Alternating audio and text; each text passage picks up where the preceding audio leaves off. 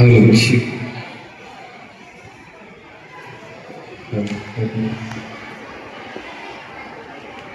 இந்த ஜெயசக்தி பள்ளியின் 19வது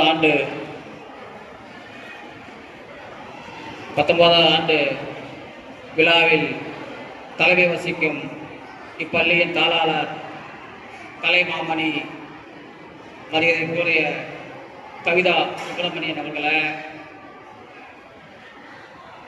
மற்றும் வீரசேகரன் அவர்களை,